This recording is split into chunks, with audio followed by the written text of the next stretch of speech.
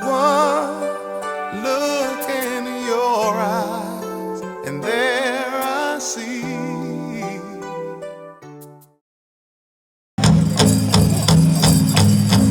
Oh yeah. Oh yes.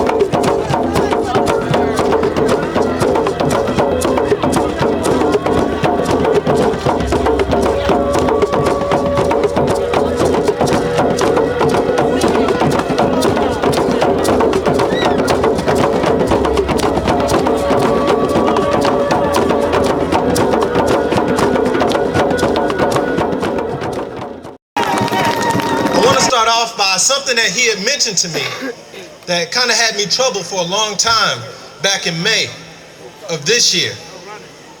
He said, Al, with all of the lawyers and with all of the attorneys and the paralegals and everybody that everybody's put so much faith in to help get me out, he said, I'm gonna be honest with you. The reality of it is is that no one's going to be able to get me out but the 144,000. That's right. Hold on. Yeah, we like the chair, but at the time, I didn't know how that was going to be possible. I mean, we were doing research, we were looking up all types of cases and information and pulling up different trials that's taken place, but how are we going to actually be the ones to free our Maku, to free our chief? How are we going to do it? I mean, without law degrees and without the bar, without being able to get up there and speak for him and to be able to convey how we feel about what's happening to him and how we feel about how he's being mistreated in the judicial system, how are we going to be able to do it? He kept saying, there's a rock with the key under it. You all must find that rock. You must find that key. It's hidden somewhere, but you all have to find it. But you know something? All praise due to the Great Spirit that we were shown that key. That's right. We were shown that key by way of the fact that now we have the information that if this is our chief, no matter what anybody says, if we declare him as our chief, then that's exactly who and what he is. And more importantly, if all of us as the Yamassee tribe are declaring him as our chief and Maku, then that also means that there's no one else out there who can say that that's not who he is. And so, once that information came, and we realized that that's what we had to do, that's how we're going to get our master teacher out. By declaring him as who and what he is, and that we all recognize him as the chief of our tribe. And he also let down legal avenues for us to express that so that we can enforce his inalienable rights to whereas it can never be taken away again. But yeah, it's okay. They have him in New York right now. If those of you who don't have the address, you should get the address. You can get it inside of the Brown Mare, because he wants letters each and every single day so that they know that they have a chief, a Native American locked up there. You follow that? Have him locked up there against his rights. But he's there, supposedly under a mental evaluation. Right? But you know what? That's okay, because they thought Jesus was crazy too. They thought Moses was crazy. They thought Muhammad was crazy. They thought Osceola was crazy. They thought Sitting Bull, Chief Joseph, Chief Washaki, Red Cloud, they thought all of them were crazy, so why should we think that our chief would be treated any differently? You understand? But he's coming home real soon, and that's the message he wants to convey to everyone. They don't have anything, which is why they're trying to buy time now. They thought they had him under a plea bargain that wasn't a bargain at all, until they found out that he knew his rights and that he made that under duress. He didn't choose to do it. Y'all made him, forced him in order to go into that plea. That wasn't a bargain.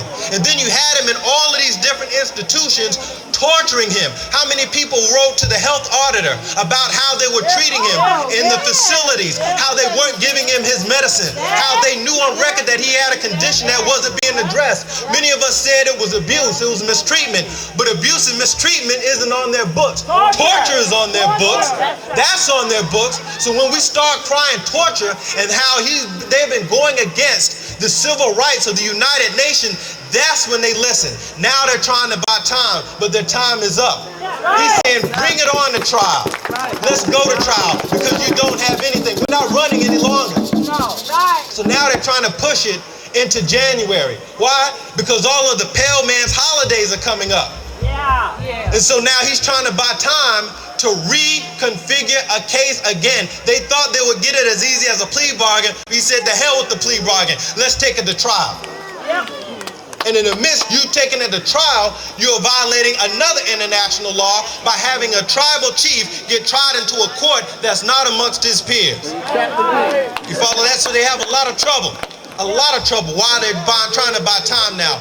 All we have to do is support our master teacher, our chief and spiritual guide, Maku, Black Thunderbird, get these letters out. There was something also that came down. It's based off of a movie, actually, where they were writing letters. It was about a man who was declaring himself as Santa Claus, but nobody else in the town or in the city or in the state wanted to recognize him as who he was. You follow?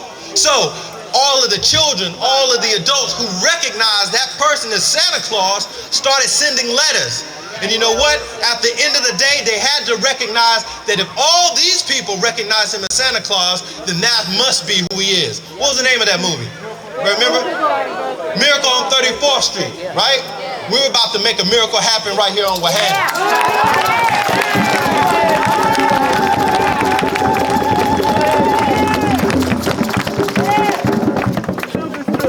Wrap it up with this. He wrote me again and said, Al, I see it. The prophecy. Let me let you know what the prophecy is. All back in Right Knowledge, even before then, as Ansarullah, we have said that in year 2000, the devil's rule was going to be up. Then we got taught about the anomaly that created a 3-year offset of every decade, which brought it into 2003, which is really the year 2000. That's the end of the devil's rule. But for this whole time, we couldn't see how the devil's rule was going to end. If we're honest, we didn't see. Is it going to be a miracle? How is this going to happen? But he said to me is that the day that I walk outside of that prison, onto my own land, onto my own indigenous land, at that very moment, I will be free. And if I'm free, you all are free. If we're all free, that is the end of the devil's rule.